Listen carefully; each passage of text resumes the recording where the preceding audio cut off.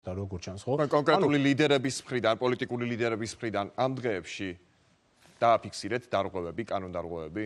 ისეთი სახის, ეხლა ჩემთვის მაგალითად უფრო მძიმე რა არის, იცით, როდესაც ვხედავ მაგალითად, როდესაც პოლიტიკოსები შეურაცხყოფას აღენებენ პოლიციელს და ცდილობენ პოლიციის დისკრედიტაციას. ჩემთვის ეხლა მაგალითად ეს უფრო მძიმეა, იმიტომ რომ როდესაც შენ ვერ ათვითცნობიერებ ამით რა ანტისახელწიფოებრივ ქმედებას ახორციელებ, ხო?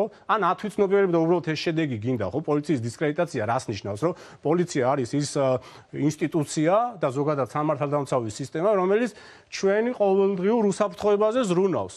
და მათი დისკრედიტაციის შემთხვევაში ეს მოიშლება, ხო? პირდაპირ ნებისმიერ მოქალაქესთან არის კავშირში და როდესაც ამას ვცდილობ, ეს არის ჩემთვის ყველაზე მძიმე. ეს არის აუცილებლად ამას პოლიტიკური პასუხისმგებლობა მოყვება საზოგადოების მხრიდან და მოყვა კიდეც, იმიტომ არის, რომ აი 3%-იანი პარტიებს ხედავთ, ხო? ძირითადად ოდნავ ესე თქვა გამორჩეულს ამ ესე თქვა ოპოზიციურ ჯგუფში ნაციონალურ მოძრაობას.